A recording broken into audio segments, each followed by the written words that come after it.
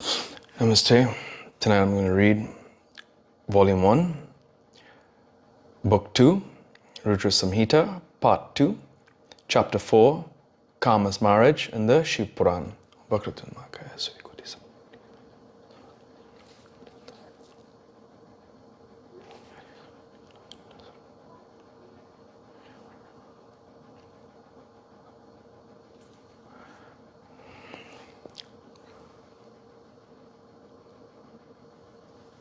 Hari Om Tat Sat.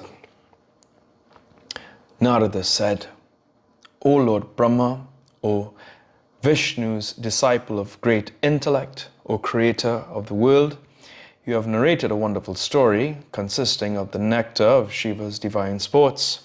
O dear one, what happened thereafter? Please tell me now. I am all attention to a narrative based on Shiva's life.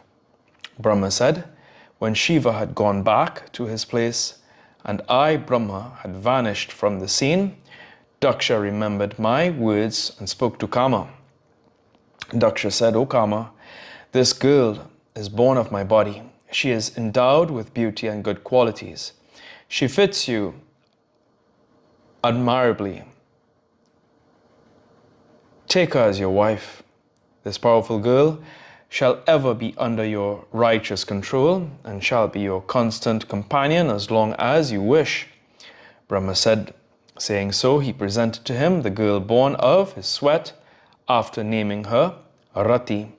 O Narada, after marrying the beautiful daughter of Daksha, who could enchant even sages, Kama rejoiced much. On seeing his auspicious wife, Rati, Kama was pierced by his own arrows and was overpowered by the pleasure of dalliance. His wife of fair complexion, tremulous side glances, and fawn eyes, admirably suited to his love of pleasure, offered him ample sports. On seeing her eyebrows, the doubt arose in the mind of Kama. These two have been fitted to her to excel my bow, by Brahma, who wants to undo it. O best of Brahmins, on seeing her rapid, roving glances, he did not retain his faith in his arrows in the matter of swift action. Inhaling the naturally sweet fragrance of her steady breath, Kama abandoned his faith in the Malaya breeze. Seeing her face resembling the full moon with all characteristic marks, Kama was unable to find any difference between her face and the moon. Her pair of breasts resembled the buds of golden lotus, with nipples shining like bees hovering round them. Certainly, Kama had set aside and forgotten the string of his flowery bow, with tumultuous buzzing hums of bees, because his eyes were riveted to the auspicious necklace with eyelets of peacock's tail suspended over her firm, protruding plump breasts down to her umbilical part. His eyes, covering the skin with their glances around her deep navel, shone like red plums. That lovely woman of slender waist with a natural golden complexion appeared like a golden platform to Kama. Kama looked at her thighs, lovely like the stump of a plantain, as though they were his javelin. The heels, the tips of the sides of her feet were reddish in tinge. With them, she looked at the comrade of the Cupid. Her red hands, with nails like kimsuka flowers and with well-rounded tapering fingers, were very beautiful. Her arms were fine like the lotus stalk. They were glossy and soft. They resembled corals, putting forth beams of splendor. Her glossy hair resembled the blue cloud and the fluffy tail of the Kamari deer. thus shown the wife of Kama. Just as Lord Shiva accepted Ganga oozing from the snowy mountain, Kama married her. She carried a discus and a lotus in her hand.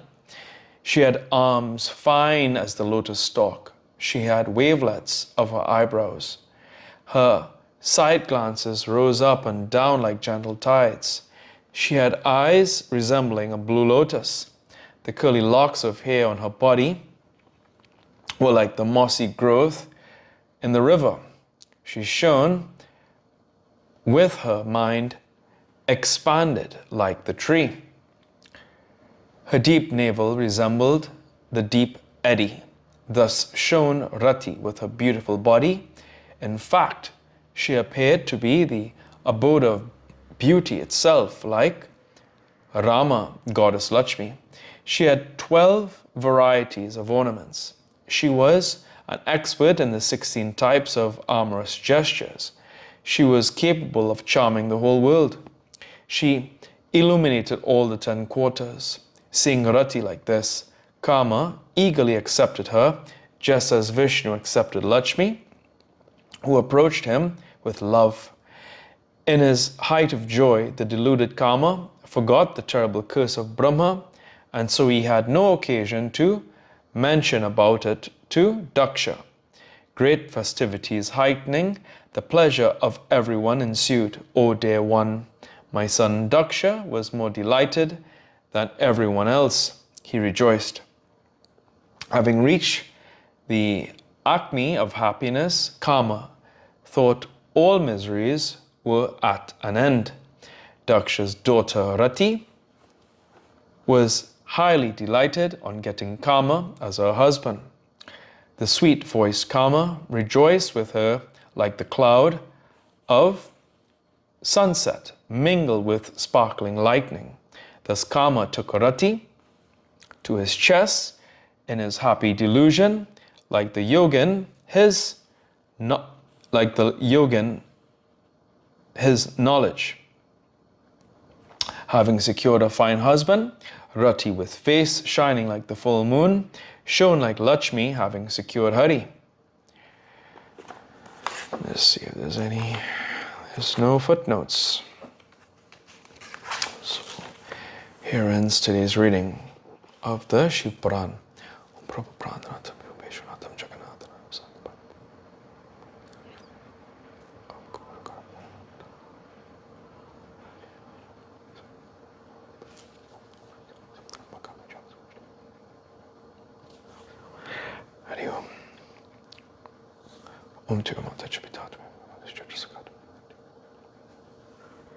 Hari Om Tat Sat.